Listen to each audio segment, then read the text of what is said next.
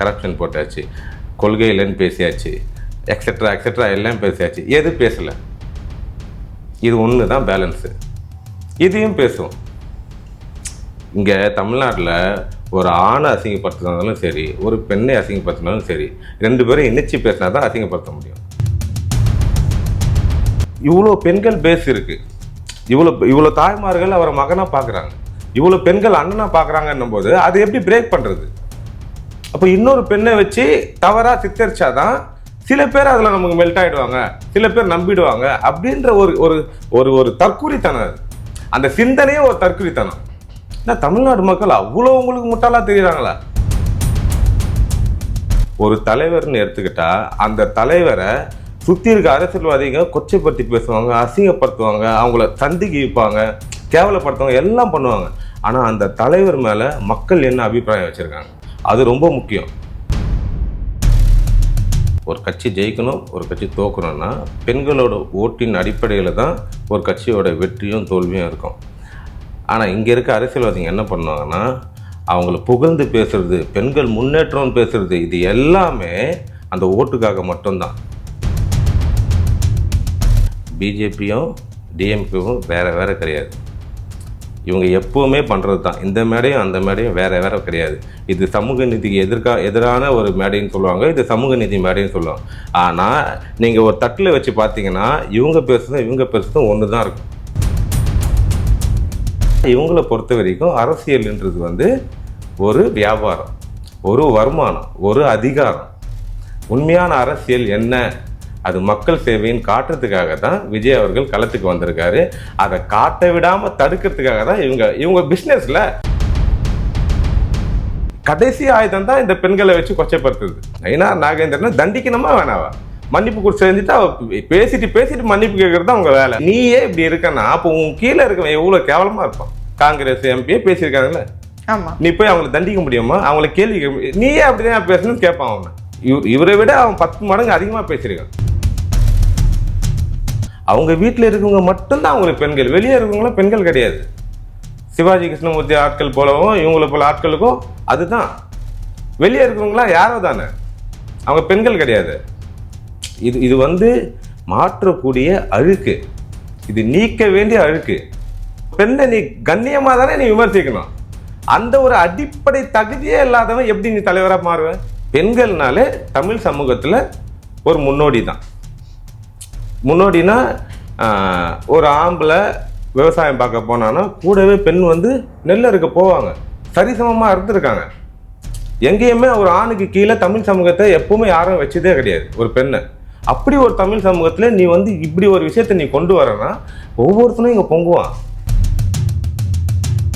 திமுக அரசு தப்பே பண்ணால் கூட நீங்கள் அவர் அசிங்கப்படுத்துறீங்க, ஒரு குறை சொல்கிறீங்க, ஒரு தப்பாக ஒரு விஷயம் சொல்கிறீங்கன்னா அவங்க கோவப்படுவாங்க. ஆனால் பிஜேபி போல கட்சி இருக்குல்ல, அது அப்படி கிடையாது. என்னை நீ திட்டு, அசிங்கப்படுத்து, கேவலப்படுத்து, ஆனால் நான் மக்கள்கிட்ட போய் சேருவேன்ல, எனக்கு நெகட்டிவ் பப்ளிசிட்டியாவது வரட்டும், அது போதும்னு நினைக்கிற கட்சி தான் பிஜேபி கட்சி. எங்கள் அண்ணன் மேலே நீ கை வைப்பியான்னு கேட்குறாங்க. என் பிள்ளைய நீ எப்படி கை வைப்பேன்னு பார்க்கலாம் வான்றாங்க. அவரோட சீல்டே பெண்கள் தான். இன்னைக்கு நீங்கள் பெண்களை வச்சு கொச்சைப்படுத்தினாலும் அவங்க இன்னைக்கு நேத்தா பார்க்குறாங்க, 33 வருஷமாக பார்க்குறாங்க அந்த மூஞ்சை. நிஜமாவே சொல்கிறேன், ஒவ்வொரு வீட்லேயும் அவர் அவ்வளோ ஸ்ட்ராங்காக போய் பேச அப்படியே பதிஞ்சிட்டாரு.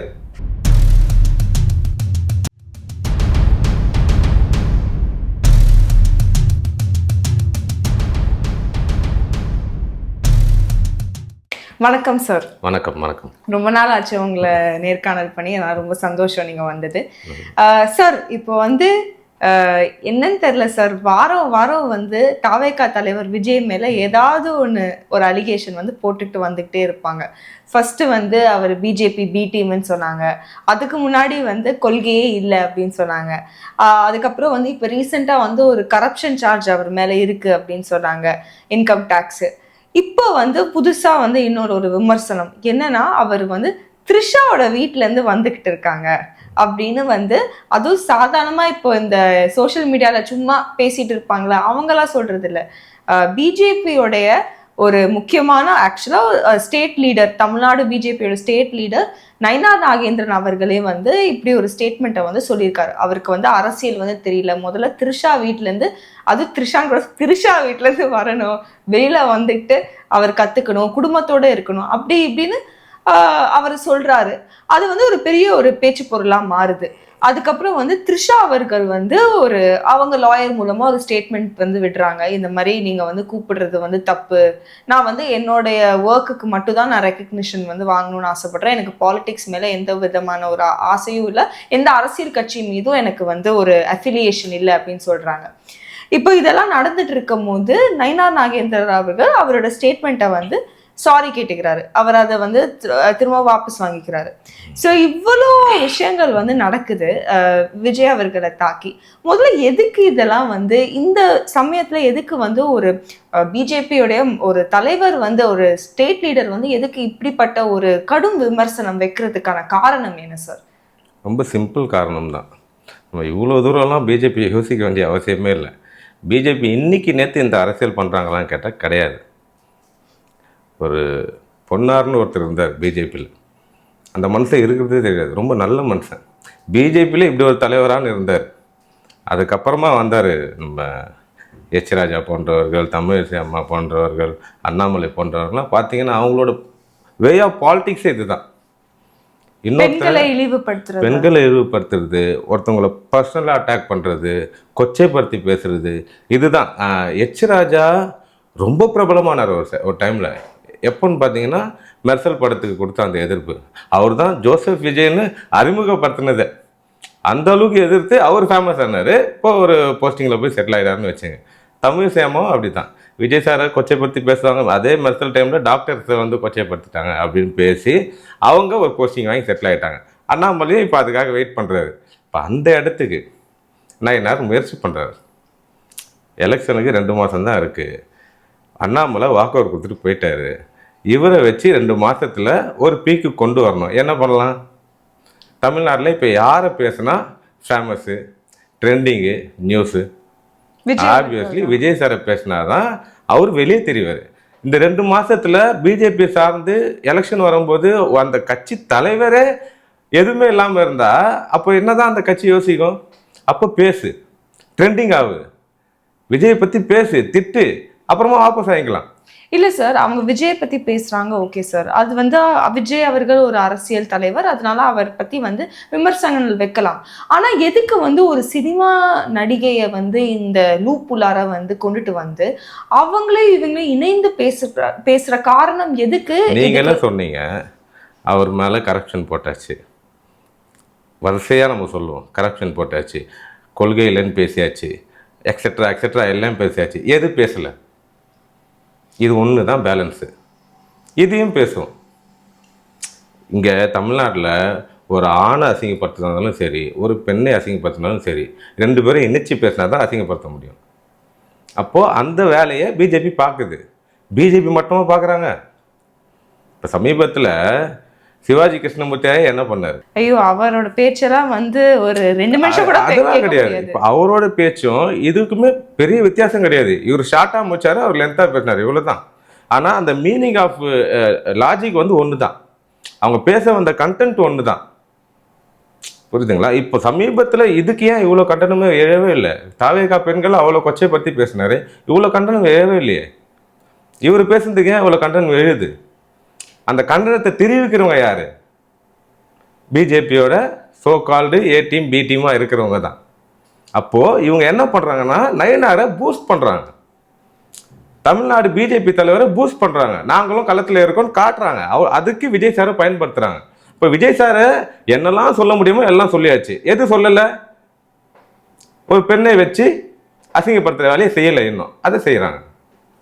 மக்கள் தான் தெளிவாக இருக்காங்கல்ல. இப்போ எந்த இடத்துல அவங்க பிம்பத்தை உடைக்கணும்னு நினைக்கிறாங்க? இவ்வளோ பெண்கள் அண்ணனாவோ தம்பியாவோ அவரை பார்க்குறாங்க. அப்போ அந்த பிம்பத்தை எதை வச்சு உடைக்கிறது? கண்டிப்பா இந்த மாதிரி அவர் வந்து ஒரு குடும்பஸ்தன் இல்லை, அவர் வந்து இந்த மாதிரி எக்ஸ்ட்ரா மேரிட்டல் அஃபேர்ஸ் வச்சிருக்காரு, அப்படி வந்து அது ஒரு சென்டிமெண்ட் இல்லையா நம்ம சொசைட்டிக்கு? அதனால அதை வச்சு ஒரு சிம்பிள் பாயிண்ட், இவ்வளோ பெண்கள் பேஸ் இருக்கு, இவ்வளோ தாய்மார்கள் அவரை மகனா பார்க்குறாங்க, இவ்வளோ பெண்கள் அண்ணனா பார்க்குறாங்கன்னும் போது அது எப்படி பிரேக் பண்ணுறது?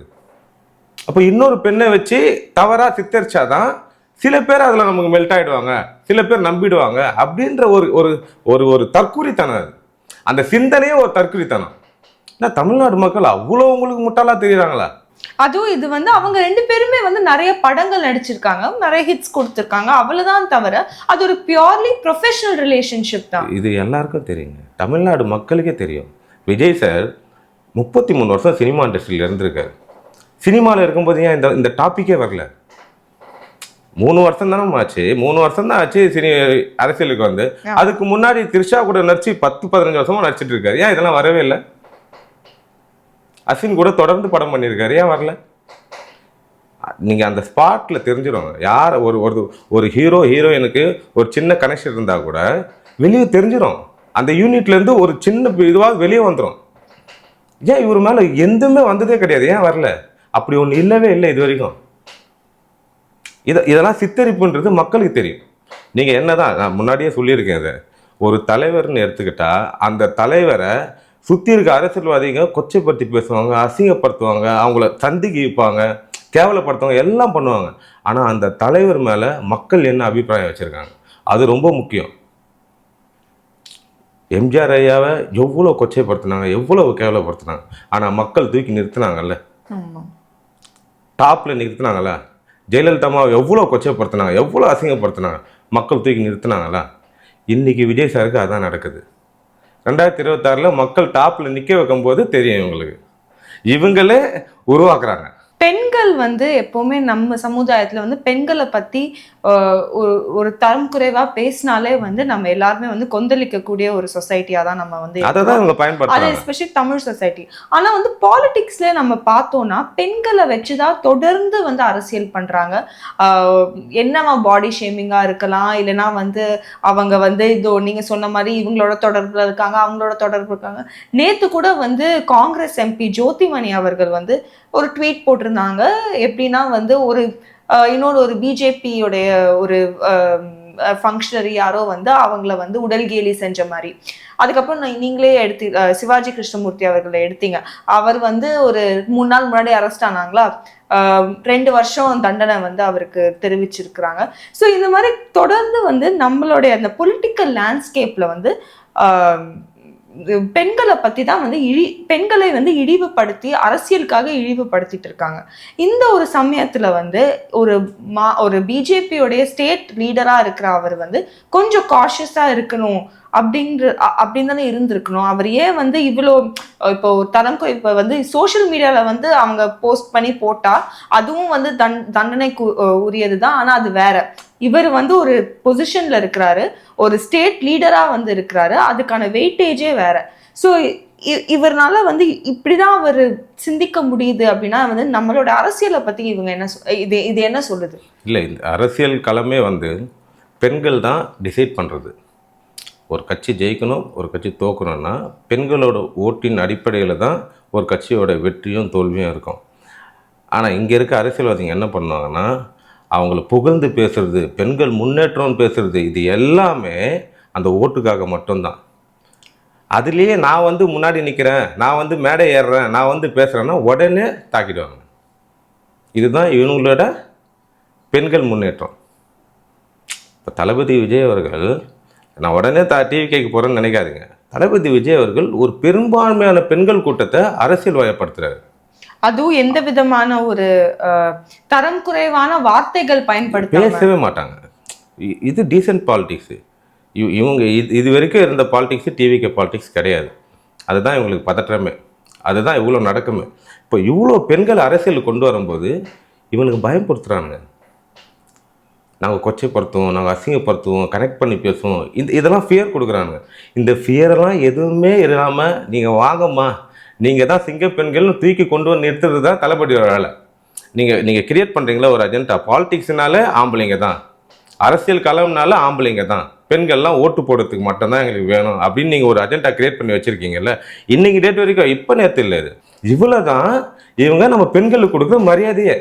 சோகால்டு ஏடிஎம்கேவாக இருக்கட்டும், சோகால்டு டிஎம்கேவாக இருக்கட்டும், இவங்களோட மொத்த பெண்கள் பாதுகாப்பு இவ்வளோ தான். இந்த சமூக நீதின்னு சொல்கிறது இவ்வளோ தான். இப்போ இந்த பொய்யான சமூக நீதி இருக்குல்ல, இதை நிஜமாக்குறதுக்கு தான் தளபதி அரசியலுக்கு வந்திருக்காரு. இப்போ பெண்கள் முன்னேறணுமா வேணாவா? கண்டிப்பா ஏப்பா நீங்க முன்னேற்றவே தேவையில்றா, அவங்க முன்னேறிப்பாங்க. நீங்க தடுக்காம இருந்தாலே போதும்.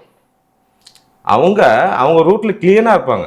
நீங்க தூக்கி கை விட்டு வாமா நான் தான் உனக்காக பேசணும் எதுவும் பண்ணாதீங்க. நீங்க சும்மா நீ சைலண்டா இரு. எங்களுக்கு நாங்க கனவு காண்டுக்கிறோம். எங்களுக்கு இப்ப எல்லா பெண்களும் தெளிவா இருக்காங்க. எங்களுக்கு இருக்க ஒரே கனவு 2026 டிவிக்கு ஆச்சு நிறைவேற்றி கொடுத்துருவீங்களா? கனவு காண்றோம் சார், நீங்க சொன்னதான் நான் கேட்குறோம். 2026 டிவிக்கு ஆட்சியை வந்து நிறைவேற்றி கொடுத்துறீங்களா? எந்த தொல்லையும் பண்ணாதீங்க. சைலண்டா இருப்பீங்களா? மாட்டீங்க. நீங்களே கனவு காண சொல்லுவீங்க. அந்த கனவு காண்டனா அதை தடுக்க நிறுத்தி பார்க்கத்தான் நீங்க ட்ரை பண்ணுவீங்க. இல்ல ஒருத்தர் வந்து இப்போ 5000 கொடுக்குறாங்க, அதெல்லாம் நம்ம முதல்வர் கொடுக்குறாங்க, ஓகே, அது எல்லாமே வந்து வரவேற்கக்கூடிய ஒரு விஷயம்தான். ஆனா வந்து அதே மாதிரி அதே சமயத்துல வந்து அவங்க கட்சியிலே ஒருத்தர் பெண்களை வந்து மிக இழிவா பேசி, அதுவும் வந்து இவங்களே வந்து கேட்குறாங்க, துணை முதலமைச்சரே வந்து கேட்குறாங்க, எங்களுக்காக பிரச்சாரம் பண்ணுங்க அப்படின்னு சிவாஜி கிருஷ்ணமூர்த்தி கேட்கும் போது, அப்ப இதுவும் அதுவும் எவ்வளவு கான்ட்ரடிக்டரியா இருக்கு. இங்க நம்ம சொல்றோம் இல்லையா, பிஜேபியும் டிஎம்கேவும் வேற கிடையாது. இவங்க எப்பவுமே பண்றது தான். இந்த மேடையும் அந்த மேடையும் வேற கிடையாது. இது சமூக நீதிக்கு எதிரான ஒரு மேடைன்னு சொல்லுவாங்க, இது சமூக நீதி மேடைன்னு சொல்லுவாங்க. ஆனா நீங்க ஒரு தட்டில் வச்சு பார்த்தீங்கன்னா இவங்க பேசுறதும் இவங்க பேசுறதும் ஒன்று தான் இருக்கும். நான் இவன் இல்லைன்னுவான், இவன் இருக்குன்னுவான். நம்ம இருப்போம் பார்த்தீங்களா, ஓ இதுதான் சரி போல நம்ம கேட்டுட்டு ரொம்ப நாளாக வேடிக்கை பார்த்துட்டே இருந்தோம். இப்போதான் நமக்கே ஒரு சொரணம் வந்திருக்கு. இவங்க 2 பேருமே நம்மளை ஏமாத்துறாங்க. நமக்காக பேசுறேன்னு சொல்லி ஒருத்தன், நமக்கு எதிராக பேசுறேன்னு சொல்லி ஒருத்தன், இவங்க 2 பேரும் சண்டை போட்டு நம்மளை வெறும் வேடிக்கை பார்க்கவே வச்சிருந்துருக்காங்க இவ்வளவு நாளா. ஐயா கொஞ்சம் தள்ளிங்க, நாங்கள் பார்த்துக்கிறோம், நாங்கள் எங்களை பார்த்துக்கிறோம். கொஞ்சமாக நீங்கள் கொஞ்சம் ரெஸ்ட் எடுங்க, ஒரு 5 வருஷம் ரெஸ்ட் எடுங்க, நாங்கள் எப்படி பார்த்துக்கிறோன்னு பாருங்கள், அவ்வளோதான். இப்போ இதுக்கு இவங்க விடுவாங்களா கேட்டால் விட மாட்டாங்க. ஏன்னா இவங்களை பொறுத்த வரைக்கும் அரசியல்ன்றது வந்து ஒரு வியாபாரம், ஒரு வருமானம், ஒரு அதிகாரம். உண்மையான அரசியல் என்ன, அது மக்கள் சேவைன்னு காட்டுறதுக்காக தான் விஜய் அவர்கள் களத்துக்கு வந்திருக்காரு. அதை காட்ட விடாமல் தடுக்கிறதுக்காக தான் இவங்க பிஸ்னஸில். இப்போ ஒரு பிஸ்னஸ் மேனுக்கு அந்த பிஸ்னஸை உடைக்கிறதுக்கு ஒருத்தன் வந்துட்டான்னா என்ன பண்ணுவாங்க? கண்டிப்பாக அந்த கடையை மூடதான். என்னென்னலாம் பண்ண முடியுமோ எல்லாம் பண்ணுவாங்க. கடைசி ஆயுதம் தான் இந்த பெண்களை வச்சு கொச்சைப்படுத்துது. அந்த ஆயுதத்துக்கு வந்திருக்காங்க இப்போதான். ஏன்னா எலெக்ஷன் நெருங்கிடுச்சு. இது எல்லாமே ஒரு மாற்றம் இங்கே வந்துடக்கூடாது. அப்படி வந்துருச்சுன்னா நம்ம பிஸ்னஸ் கெட்டு போயிடும். 5000 ரூபாய் கொடுத்தாரு, நன்றி. இப்போவாது எங்கள் பணத்தை எங்கள் கிட்ட கொடுக்கணும்னு உங்களுக்கு தோணுச்சு. இந்த நன்றி யாருக்கு? விஜய் சாருக்கு தான். அவர் இல்லை, அவர் உங்களை பயம் காட்டலன்னு நீங்கள் கொடுத்துருப்பீங்க. இன்னும் எவ்வளவு எடுக்கணுமோ எடுத்துருப்பீங்க. கரெக்ட்டா February 13th அதுவுமா கொடுக்குறாங்க, 14th அதுவும் கொடுத்தாங்க. இல்ல எல்லா பெண்களுமே கேட்குறாங்க, ஏன் இன்னைக்கு தான் சம்மர் வந்துச்சு அவங்களுக்கு? போன வருஷம் சம்மர் வரலையா? அப்போ எங்கே போனீங்க? அப்போ ஏன் கொடுக்கல? இப்போ எலெக்ஷன் டைம் வருது, அதுவும் அன்னைக்கு அவரோட நிகழ்வு வேற. விஜய் சாரோட நிகழ்வு எல்லா டைமும் பண்ணுறது தான் இந்த டைமும் பண்ணுது. அவரோட நிகழ்வு எப்போ நடக்குதோ அன்னைக்கு இவர் ஒரு விஷயம் பண்ணுவார், சிஎம் சார் ஒரு விஷயம் பண்ணார். அதுதான் அதையும் கண்டினியூ பண்ணாங்க. ஆனால் நீங்கள் அன்னைக்கு பண்ணது எங்கள் பணம், நீங்கள் அதை வச்சு ஓட்டு வாங்கிடலான்னு இனிமேல் கனவு காணாதீங்க. மக்கள் இந்த 5000 ரூபாய்க்கு யாருக்கு நன்றி சொல்கிறாங்கன்னா விஜய் சாருக்கு தான் நன்றி சொல்கிறாங்க. இன்னும் இவர் ஸ்ட்ராங்காக ஆக மக்களுக்கு நல்லது. இன்னும் எவ்வளோ 5000 10,000 நம்ம பணம் எல்லாம் நம்ம கிட்ட வரட்டும், எல்லாத்தையும் கொடுத்துட்டு போயிடுங்க. ஆனால் இவங்க பாக்கெட்லேருந்து கொடுக்க மாட்டாங்க. இன்னும் எவ்வளோ கடனை ஏற்ற முடியுமோ அந்த கடனை ஏற்றி நம்மளை கடன்காரன் ஆக்கி கொடுத்துட்டு போகிறது தான். தெரிஞ்சு போச்சு இல்லை, கடைசி காலத்தில் இருக்காங்க. கடைசி காலம்னா இன்னும் 2 மாதம் தான் ஆட்சி இருக்க போகுது. இப்போ அந்த கடைசி காலத்தில் எவ்வளோ நல்லது செய்ய முடியுமோ செஞ்சுட்டு போங்கன்றாங்க. சார் இப்போ இன்னொன்று ஒரு விஷயமும் வருது சார். அரசியல்ல வந்து நீங்க எந்த விமர்சனமா இருந்தாலும் நீங்க வந்து அதை வந்து நம்ம வந்து மேற்கொண்டு போகணும் அப்படிங்கிற ஒரு, இப்போ அண்ணாமலை அவர்களே வந்து சொல்றாங்க, நயனா நாகேந்திரன் பேசினது வந்து தப்பு தான், நாங்கள் அதை கண்டிக்கிறோம். ஆனால் விஜய் வந்து நீங்கள் இன்னும் ஸ்ட்ராங்காக இருக்கணும், நீங்கள் திக் ஸ்கின் இன்னும் டெவலப் பண்ணணும், த்ரிஷா அவர்கள் நீங்களும் வந்து இதெல்லாம் வந்து சகஜமாக எடுத்துக்கிட்டு போகணும் அப்படின்னு ஒரு ப்ரெஸ் மீட்டில் வந்து அவர் சொல்லியிருக்காரு. இப்போ நான் என்ன கேட்குறேன்னா, எதுக்கு இவங்க இதை சகஜமாக எடுத்துகிட்டு போகணும்? பெண்களை பற்றி தப்பாக பேசினா நம்ம அப்படியே சகஜமாக எடுத்துகிட்டு போக வேண்டிய விஷயமா இது? அப்படிங்கிற ஒரு கேள்வி வருது. இன்னொன்னு என்னன்னா, சரி விஜய் மேல பேசுறீங்க, அவங்க சகஜமா எடுத்துக்க போறீங்க, ஓகே. த்ரிஷா எதுக்கு பாஸ் சகஜமா எடுத்துட்டு போகணும்? அவங்களுக்கும் இந்த அரசியல் கட்சிக்கும் எந்த விதமான சம்மந்தமும் இல்லாத போது தேவையில்லாம அவங்களோட பேரை இழுத்துட்டு வந்து அவங்க எதுக்கு சைலண்டா இருக்கணும்? இப்போ அண்ணாமலை அவர்கள் வந்து என்ன சொல்ல வராங்க? நாங்க இப்படிதான் வந்து அரசியல் பண்ணுவோம், நீங்க சகஜமா எடுத்துட்டு போகணும் அப்படிங்கிற ஒரு மெசேஜை சொல்ல வராரா? இல்ல, இந்த சமூகத்துல இருக்கிற ஒரு பெரிய குறை அதுதான். ஒரு ஆணை அசிங்கப்படுத்தணும்னா ஒரு பெண்ணை தான் வச்சு அசிங்கப்படுத்துவாங்க. இதுதான் இயல்பாகவே இருக்கிறது. இது மாறணும். இது பிஜேபியோட ஒரு கேவலமான அரசியல் தான் இது. சரிங்களா? பிஜேபி மட்டும்தான் பண்ணுறாங்கன்னா இல்லை, கிடையாது. இந்த ஒட்டுமொத்த சிஸ்டம்னு ஒன்று சொல்லுவாங்கல்ல, இந்த சிஸ்டமே அப்படிதான் இருக்கு. இதை மாற்றணும். அப்போ இதை மாற்றணும்னா பெண்கள், பெரும்பாலான படித்த பெண்கள் அரசியலுக்கு வரணும். அவங்க பவருக்கு வரணும். அவங்க டிசைட் பண்ணுற இடத்துக்கு வரணும்.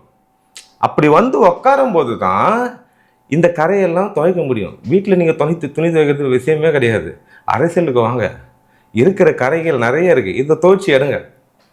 இப்போ இவர் கொண்டு வராருல, இவ்வளோ பெண்கள் வராங்கல்ல, கண்டிப்பாக துவைச்சி எடுப்பாங்க. இப்போ இது அண்ணாமலை யாருக்கு அட்வைஸ் பண்ணுற? நீ யாருக்கு நீ அட்வைஸ் பண்ணுற பொறுமையாக இருக்கணும்னு? உங்கள் ஐயா ஒருத்தர் இருக்காரு மேலே, அவரே பொறுமைனா என்னன்னு இவர்கிட்ட கற்றுக்கணும். அவ்வளோ பொறுமையாக சாதிக்கக்கூடிய ஒரு ஆள். இப்போ நீங்கள் இவரை ஒன்றும் பண்ண முடியாதுல்ல. அப்போ நீங்கள் என்ன பண்ணுறீங்கன்னா, இவரை சார்ந்து இருக்கிற நட்பு வட்டாரங்களில் கை வைக்கிறீங்க. அப்போ ஒரு நான் வந்து என் ஃப்ரெண்டு இல்லை என் தோழி யாருன்னா என்னை அசிங்கப்படுத்துறாங்கன்னா எனக்கு கோவம் வரும். என் ஃப்ரெண்டு நீ எப்படி நீ சொல்லுவ அப்படின்ற கோவம் அந்த இடத்துக்கு கொண்டு வர பார்க்குறாங்க இவங்க. இது ஒரு வன்மையாக கண்டிக்கக்கூடிய சிவாஜி கிருஷ்ணமூர்த்தியை நீங்கள் தண்டிச்சிங்க இல்லை? பெண்களை தவறாக பேசுறதுக்கு, அதுவும் உங்கள் பெண்கள் பிஜேபி சார்ந்தவங்களை பேசுறதுக்காகத்தான் அவருக்கு தண்டனை. சமீபத்தில் பேசுறதுக்கெல்லாம் கிடையாது. டிவிகே பெண்கள் அவ்வளோ கொச்சைப்படுத்தி பேசினார்ல, அதுக்கு ஒரு கேஸ் கிடையாது. குஷ்புக்காக தான் இந்த இது, ஆளுநரையும் குஷ்பு அவர் பேசுறதுக்காக தான் இந்த தண்டனை. இப்போ பெண்களை அவ்வளோ கொச்சைப்படுத்தி பேசினாரு. ஒரு பெண்ணுக்கே நீங்கள் இவ்வளோ பொங்குவீங்கன்னா, லட்சக்கணக்கான கோடிக்கணக்கான தாவேக்கா பெண்களை கொச்சை பற்றி பேசினாரு. நீங்கள் என்ன தண்டனை ஆக்ஷன் எடுத்தீங்க? அதுக்கு ஒரு சின்ன கண்டனம் தெரிவிச்சிங்களா? கிடையாது. எதுக்கு கேஸ் போட்டீங்க? இப்போ சரி கேஸ் போட்ட வரவேற்கிறோம். இப்போ இவர் என்ன பண்ண போறீங்க? இல்ல இதே அண்ணாமலை வந்து நாயனார நீங்க வந்து நயினார் நாகேந்திரன் தண்டிக்கணுமா வேணாவா?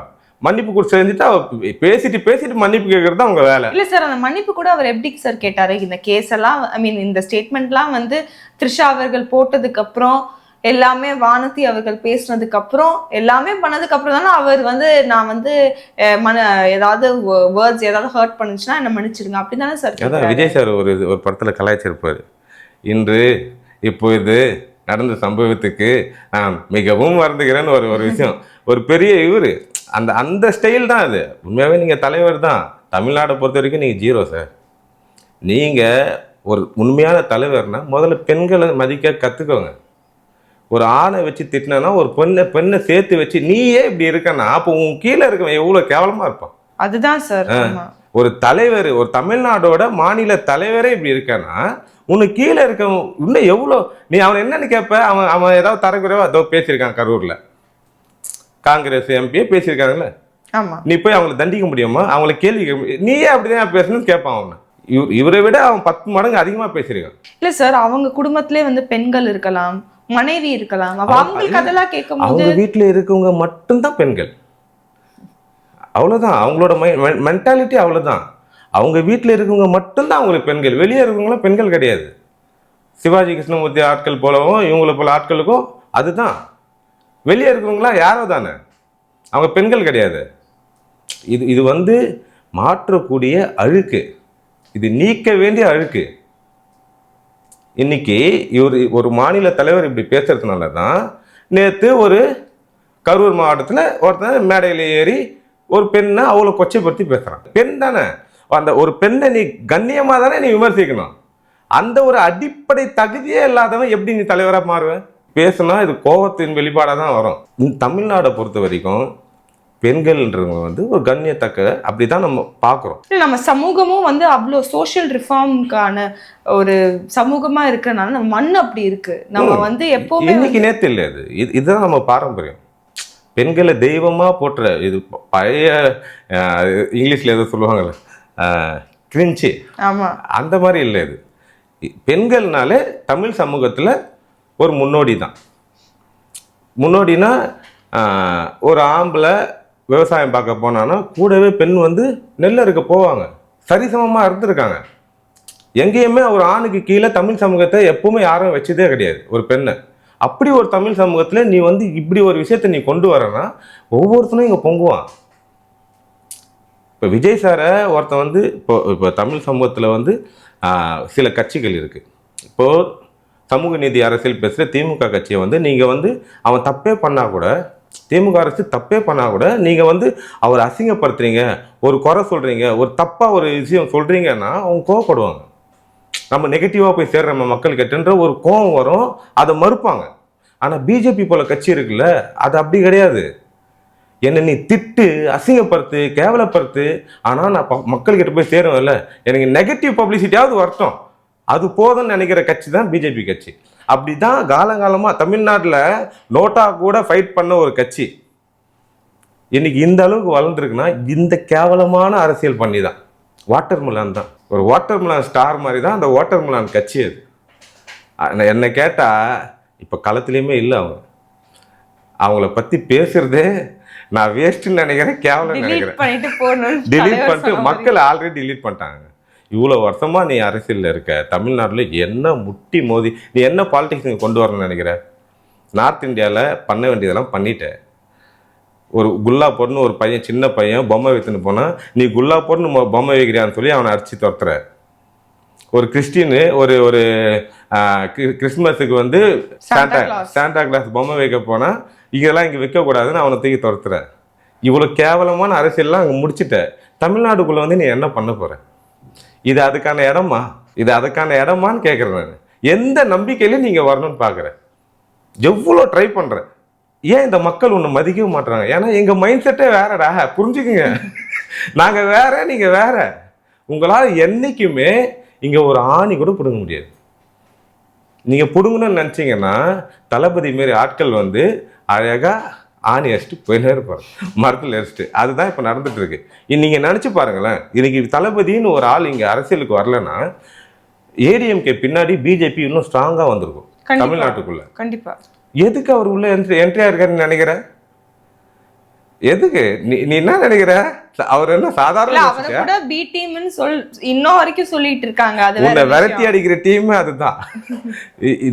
இது இவங்க பண்றது. இங்க இருக்காங்க ஒரு கூட்டம், அந்த கூட்டம் ஒரு வடிவமைக்கிறது. ஏன்னா இவங்க ரெண்டு பேருக்குள்ள சண்டை நடந்தாதான் அது வியாபாரமாவே இருக்கும். நடுவுல ஒரு நல்லவன் வந்து உங்க வியாபாரத்தை இங்க கழிச்சிட்டு போங்கடா, எங்க மக்களுக்கு நாங்கள் நல்லது பண்றோன்னு வரும்போது உள்ள விட மாட்டாங்க. அப்ப என்னெல்லாம் டிசைன் பண்ணலாம், என்னெல்லாம் இவங்களை டார்கெட் பண்ணி அட்டாக் பண்ணலாம்னு ஒன்று பண்ணி வெளியே அமைச்சிருவாங்க. அப்படிதான் இங்க அரசியல நடந்திருக்கு இது வரைக்கும். எத்தனை தலைவர்கள், எத்தனை பேர் வந்திருக்காங்க அரசியலுக்கு. ஏன் அவங்களால இங்க வெளியே பெருசா வரவே முடியல? ஒன்று காணாமல் போயிடுவாங்க, இல்லைன்னா இவங்க கூட சேர்ந்து ட்ராவல் பண்ணுவாங்க. இவ்வளோதான். இவர் அப்படி இல்லைல்ல, ஒரு பயம் கொடுத்துட்டார்ல, 5000 ரூபாய் உங்களுக்கு கொடுக்க வச்சிருக்காருல. அப்போ இவர் வந்து நிஜமாவே ஒரு மாற்றம் மக்கள் அலை இவர்கிட்ட இருக்கு, மக்கள் இவரை நம்புறாங்க அப்படின்றத பெண்கள், பெரும்பான்மையான பெண்கள் வந்து அவரை நம்புறாங்கன்னு உங்களுக்கு தெரியும் போதுதான் அவரை வரவிடக்கூடாதுன்னு தடுக்க பார்க்குறீங்க. ஆனா நீங்க தடுக்க பார்க்கறது ஒரு அலையே இல்லை, சுனாமிய. அது நிறுத்தவே முடியாது. உங்க எல்லாரையுமே அடிச்சு வாஷ் அவுட் பண்ணிட்டு மக்கள் ஒரு புனிதமான அரசியலை கொடுத்து அவங்கள வாழ வைக்கிறதுக்கு தளபதி மிஸ் பண்ண மாட்டாருன்ற நம்பிக்கை தமிழ்நாட்டுக்கு மக்கள் வந்துருச்சு. சார், இப்போ இந்த இஷ்யூவே பார்த்துக்கிட்டோம்னா மீடியா வந்து நீங்க ஏற்கனவே வந்து சொன்னீங்க, ஒரு கூட்டம் வந்து எப்பவுமே வந்து ஒரு நரேட்டிவை வந்து செட் பண்ண ட்ரை பண்ணும் விஜய் அவர்களுக்குன்னு. அதே மாதிரி இந்த கூட்டம் மறுபடியும் வந்து ஒரு நரேட்டிவ், அது இந்த விஜய் அண்ட் த்ரிஷா விஷயத்துல எப்பவுமே நியூஸ் ஹெட்லைன்ஸ்ல பார்த்தோம்னா விஜய் த்ரிஷா, விஜய் த்ரிஷா, விஜய் த்ரிஷாக்கான விஜய் த்ரிஷாவை குறித்து மன்னிப்பு கேட்டார், விஜய் த்ரிஷாவை குறித்து இது பண்ணாங்க, அது பண்ணாங்கன்னு விஜய் த்ரிஷானே வருது. இந்த ஹெட்லைன்ஸ் வந்து, இந்த ஹெட்லைன்ஸுமே வந்து இந்த ரிப்போர்ட் பண்றது வந்து ரொம்ப பயஸ்டா நான் பாக்குறேன். ஏன்னா அது எப்படி நீங்க ஒரு விஜய் த்ரிஷான்னு இணைஞ்சு நீங்க பேச முடியாது இல்லையா? அப்படி பேசுறது வந்து அது ஒரு நாகரிகம் இல்லை, அது ஒரு எத்திக்ஸ், மீடியா எத்திக்ஸ் வந்து அப்படி இல்லை. ஒண்ணு நீங்க வந்து TVK Vijay versus Nainar Nagendran, comments on Trisha, அந்த மாதிரி ஏதாவது போட்டா ஓகே. ஆனா இவங்க 2 பேரும் இணைஞ்சு அவங்க ஒரு கப்பல் மாதிரி இணைஞ்சு பேசிக்கிட்டே இருக்கிறாங்க.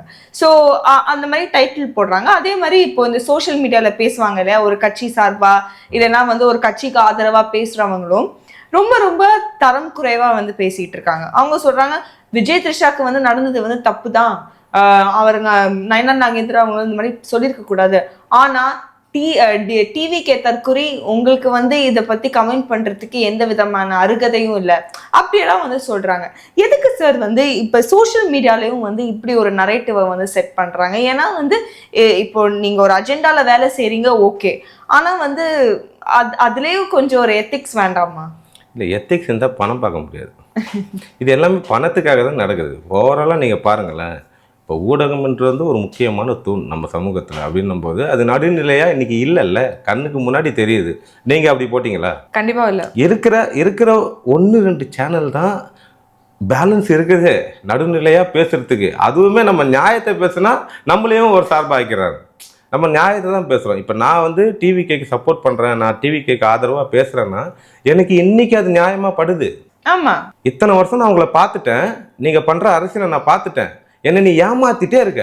முன்னாடியே சொன்ன மாதிரி நோட்டா கூட சண்டை போட்டவன் இன்னைக்கு இவ்வளோ பெருசாக நிற்கிறானா யார் காரணம்? நீ தான் பேசி பேசி அவனை வளர்த்து விட்ட. அப்போ நீயும் என்னை ஏமாத்த தான் செய்கிற. அப்போ எனக்கு ஒரு மாற்றம் தேவை. அந்த மாற்றத்துக்கு ஒரு மனுஷன் வரான். இத்தனை நாளாக மாற்றம்னு எதிர்பார்த்தவங்க ஏமாற்றம் தான் அடைஞ்சிருக்கும். அப்போது நிஜமாக ஒரு மாற்றம் வரும்போது அந்த மாற்றத்தை இந்த வாட்டி விட்டுறக்கூடாதுன்னு நிற்கிறோம். அப்படி தான் இன்றைக்கி ஒட்டுமொத்த தமிழ்நாடும் நிற்குது. அப்போ அந்த மாற்றத்துக்கு இப்போ இங்கே இருக்க ஊடகங்கள் அது என்ன பண்ணுது? நடுநிலையாக இருந்து சப்போர்ட் பண்ணணும். நீ மக்களுக்கான நியாயத்தை பேசணும், மக்களுக்கான விஷயங்களை பேசணும். அதை விட்டுட்டு ஒரு அரசியல் கட்சிக்கு வேலை பார்க்கக்கூடாது. அதுக்கு நீ அவங்ககிட்ட இது பர்டிகுலர் சேனலோட கட்சியோட சேனல் போட்டுக்கோ. அது போட்டுட்டு நீ பேசினா கூட தப்பு கிடையாது. இருக்குல்ல, அந்த மாதிரி வச்சுருக்காங்களா அவங்களே ஓனா. இப்போ இவங்க அவங்களுக்குன்னு ஒரு சேனலும் வச்சுருக்காங்க, இருக்கிற சேனலும் ஆக்கிபை பண்ணியிருக்காங்க. அவங்க பாதி இவங்க பாதி வச்சுக்கிட்டு, அதான் முன்னாடியே சொன்னாலும் இந்த மாற்றத்தை வரவிடாமல் தடுக்க எந்தெந்த வழியிலெல்லாம் அட்டாக் பண்ண முடியுமோ அந்தந்த வழியில அட்டாக் பண்ணுறாங்க. அதுக்கு கைக்கூலிகள்னு சொல்லுவோம்ல, அதுவும் வாய் கைக்கூலிகள். அது நம்ம பசங்க சூப்பராக சொல்லுவாங்க, வாய் வியாபாரிகள்னு ஈஸியாக சொல்லிட்டு போயிடுவாங்க. அந்த வாய் வியாபாரிகள் தான் நீங்கள் சொன்ன இன்னொரு தற்குறி. அவர் பெரிய அரசியல் ஞானி மாதிரியே பேசுவார். நல்லா பேசுகிறவங்களாம் நல்ல அரசியல்வாதியா நான் கேட்குறேன். சரியானதை பேசுகிறவன் தான் நல்ல அரசியல்வாதி. அவன் காசு கொடுக்குறான்னு அவனுக்காக பேசுகிறதும், இவன் காசு கொடுக்குறான்னு இவனுக்காக பேசுகிறதும் அதுவாக ஒரு நல்ல அரசியல்வாதி? அது ஒரு பேச்சு திறமை, ஒரு மேடை பேச்சாளர். நீ அவ்வளோதான். ஒரு மேடை பேச்சாளர் என்ன பண்ணுவான்? எந்த மேடையில் போகிறானோ அந்த மேடையில் அந்த விஷயத்தை சார்ந்து நல்லா பேசிட்டு காசு வாங்கிட்டு வருவான். அதை தான் இன்றைக்கி நீங்கள் பண்ணுறீங்க. நாங்கள் தற்குறினா நீ கேடு கெட்ட தற்குறி, அதை நீ ஒத்துக்கோ. மொத்தமாகவே ஒரு 2 கட்சி இங்கே மாற்றம் வந்துடக்கூடாதுன்னு முடிவு பண்ணிடுச்சு. அப்போ அது என்ன பண்ணுதுன்னா, இந்த மாற்றத்துக்கு எதிராக எதெல்லாம் திருப்ப முடியுமோ, எதெல்லாம் நம்ம கிட்ட வாங்கிட்டு வேலை பார்க்குமோ அதுக்கெல்லாம் போட்டு பேரை கூட சொல்கிறது எனக்கு கூச்சமாக இருக்குது. அதனால அது இது நானே கொஞ்சம் தரக்குறைவாக பேச வேண்டி வருது. அவங்க ஆளுங்களுக்கு அப்படி சொன்னால் தான் புரியும். ஏன்னா எவ்வளோ கொச்சையாக பேசுகிறாங்க மீடியாவில். ஒரு அசிங்கம் பேசுறது, கெட்ட வார்த்தை பேசுறது, இவ்வளோ தரக்குறைவாக பேசுறது. ஒரு மனுஷன் டீசென்ட் பாலிடிக்ஸ்னு உள்ள வர்றாரு. இது வரைக்கும் உங்களை அவர் அந்த மாதிரி ஒரு வார்த்தை எனக்கு தெரியுங்க. அவங்க கட்சி சார்ந்து யாராவது சும்மா ஒருத்தர் கோவப்பட்டு திட்டாலே கூப்பிட்டு வார்ன் பண்ணுறாங்க, அப்படிலாம் பேசக்கூடாது, எதிரியாக இருந்தாலுமே அவர் ஒரு மனுஷனா மதிச்சு பதில் கொடுங்க. இல்ல விஜய் அவர்களே சிஎம் கடுமையா விமர்சிச்சாலும் சிஎம் சார் ரொம்ப டீசெண்டா தான் பேசுவாரு. சிஎம் சாருக்கும் அவருக்கும் நான் பர்சனல் வஞ்சனா, ஒரு பர்சனல் பகையா இருக்கு. நீங்க பண்ற தவறுகளை தானே சுட்டி காட்டுறேன். இது மறுபடியும் சொல்றேன், இது எதிர்ப்பு அரசியலே கிடையாது. உங்க தவறுகளை சுற்றி காட்டுற அரசியல் இது. நீங்க எப்படி எதிர்ப்பு அரசியல் சொல்ல முடியும்? இவங்களை எதிர்க்கலன்னா களத்தில் இருக்கிறது தானே எதிர்க்க முடியும். தமிழ்நாடு, இது தமிழ்நாடு எலெக்ஷன். அப்போ நீ தான் இங்கே எனக்கு இருக்க, நான் உன்னை தான் எதிர்க்க முடியும். நாடாளுமன்ற தேர்தல் வரட்டும், அப்போ கேள்விகள்லாம் நீங்கள் கேளுங்க என்கிட்ட. அவங்க பண்ணுற தப்பெல்லாம் சொல்கிற நாள் அது, அப்போ நாங்கள் பேசிக்கிறோம். இப்போது உங்களை தான் கேட்போம். இது எதிர்ப்பு அரசியல் கிடையாது, உங்கள் தவறுகளை சுற்றி காட்டுற அரசியல். நீங்க பண்ண எனக்கு இதெல்லாம் சொல்லியிருக்கேன், இதெல்லாம் பண்றேன்னு சொல்லியிருக்கேன், ஏன் பண்ணல? உனக்கு நானும் தானே ஓட்டு போட்டிருக்கேன், போட்டனா இல்லையா? அப்ப இனிச்சது இல்ல. இப்ப கேள்வி கேட்கும்போது பதில் சொல்லுங்க. உங்க ஒரு குற்றம் பண்ணா அதை வந்து ஒரு ஒரு சாதாரண ஓட்டு போட்ட மக்களா நான் கேள்வி கேட்கிறேன், ஒரு தலைவனா மாதிரி அவர் கேள்வி கேட்கிறாரு, பதில் சொல்லுங்க. பதில் இல்லைன்னா கொச்சைப்படுத்தக்கூடாது. பதில் இல்லைன்னு சொல்லிட்டு போயிடுங்க, எங்ககிட்ட விட்டு போங்க, நாங்கள் பார்த்துக்குறோம். சார் இனிமே வந்து இப்போ இந்த மாதிரியான விமர்சனங்கள் வருது, இனிமே வந்து பெண்கள் வந்து விஜய் மேல வந்து இருக்கிற அந்த கான்ஃபிடன்ஸ் வந்து குறையும் அப்படின்னு நீங்க நினைக்கிறீங்களா? இதெல்லாம் வாய்ப்பே இல்லை. ரொம்ப சிம்பிள். இது வரைக்கும் இந்த அரசியல்வாதிங்க எப்படி பழகிருக்காங்கன்னா, நம்ம மக்கள் நம்மளுக்கு கோபமாக இருப்பாங்க, திட்டுவாங்க, எல்லாம் பண்ணுவாங்க. ஆனால் இந்த எலெக்ஷன் டைமில் ஒரு அமௌண்ட்டை கொடுத்துட்டா சைலண்ட் ஆகிடுவாங்க, நமக்கு பாட்டுக்கு ஓட்டு போட்டு போயிட்டே இருப்பாங்க. இன்றைக்கி அந்த நிலை மாறி இருக்கா இல்லையா? இவ்வளோ காலமாக இவங்க பார்த்த தமிழ்நாடு இது கிடையாது. ஆனால் இந்த மக்கள் அப்படியான்னு கேட்டால் அதுவும் கிடையாது. வேறு வழி இல்லை, ஒன்று இவங்களுக்கு போடணும், இல்லை இவங்களுக்கு போடணும், இதுதான் ஆப்ஷன் இருந்தது. இன்றைக்கி அதை மாற்றக்கூடிய சக்தியாக இவர் வந்துட்டார்ல. ஒட்டுமொத்த இன்னைக்கு அவருக்கு ஒரு பேக்கப்பாக நிற்கிறது யாரு? பெண்கள். அவர் மேலே நீங்கள் ஒரு ஆயுதத்தை ஏதிங்கன்னா அதை தடுத்து நிறுத்தத்துக்கு முதல்ல ஒரு பெண் தான் முன்னாடி வந்து நிற்கிறாங்க. எங்கள் அண்ணன் மேலே நீ கை வைப்பியான்னு கேட்குறாங்க, என் பிள்ளைய நீ எப்படி கை வைப்பேன்னு பார்க்கலாம் வான்றாங்க. அவரோட சீல்டே பெண்கள் தான். இன்னைக்கு நீங்கள் பெண்களை வச்சு கொச்சைப்படுத்தினாலும் அவங்க இன்னைக்கு நேத்தா பார்க்குறாங்க, 33 வருஷமாக பார்க்குறாங்க அந்த மூஞ்சை. நிஜமாவே சொல்கிறேன், ஒவ்வொரு வீட்லேயும் அவர் அவ்வளோ ஸ்ட்ராங்காக போய் பேச அப்படியே பதிஞ்சிட்டாரு. என் புள்ளன்னு நீங்கள் அந்த நிகழ்வுலாம் பார்த்துருப்பீங்க. அந்த பெண்கள் அந்த ஸ்கூல் பசங்களுக்கு பாஸ் பண்ணதுக்கு ப்ரைஸ்லாம் கொடுக்கும்போது அங்கே வந்த பெண்களை பாருங்களேன், குழந்தைங்கள அந்த ஸ்கூல் பசங்க அவ்வளோ உரிமையாக, அவ்வளோ செல்லமாக அவர்கிட்ட கேட்குற விஷயங்களை அவ்வளோ உரிமையாக கேட்குறாங்க. வேற யாருக்கிட்ட அப்படி கேட்க முடியுமா? அவர் எங்க ஆளு, அவர் எங்க அண்ணன், அவர் எங்க வீட்டில் ஒருத்தருன்ற உரிமை இருந்தால் மட்டும்தான் அப்படி வர முடியும். அவருமே அதுக்கு என்ன ரியாக்ட் பண்ணுறாருன்னு ஒன்று இருக்குல்ல. ஏன் பிள்ளைங்க, என் தங்கச்சி எனக்கு என்ன கேட்குதுன்னு அவர் ரெஸ்பாண்ட் பண்ணுறாரு எல்லாத்துக்குமே. அது அந்த பாண்டு, இந்த பாண்டை வந்து இது சொந்த பந்தத்துக்குள்ளே நடக்கிற ஒரு விஷயம். தமிழ்நாடு மக்களும் தளபதி விஜய் அவர்களும் சொந்தக்காரங்க. இவங்களெல்லாம் ஒன்றுமே பண்ண முடியாது. நீ என்ன வேணா பண்ணிக்கோ, ஆனால் நீ பேசுறதெல்லாம் உனக்கே ரிட்டைன் ஆகிக்கும். இதை உங்களால் ஒன்றுமே பண்ண முடியாது. தமிழ்நாடு அரசியல்ன்றது 2026 டிவி கேக்கு தான். இதுக்கப்புறம் அவங்களால ஏதாவது தப்பு பண்ணாதான் மாறும், இல்லைன்னா மாறவே மாறாது. ரொம்ப ரொம்ப நன்றி சார். நன்றி. தொடர்ந்து நம்ம பேசலாம்.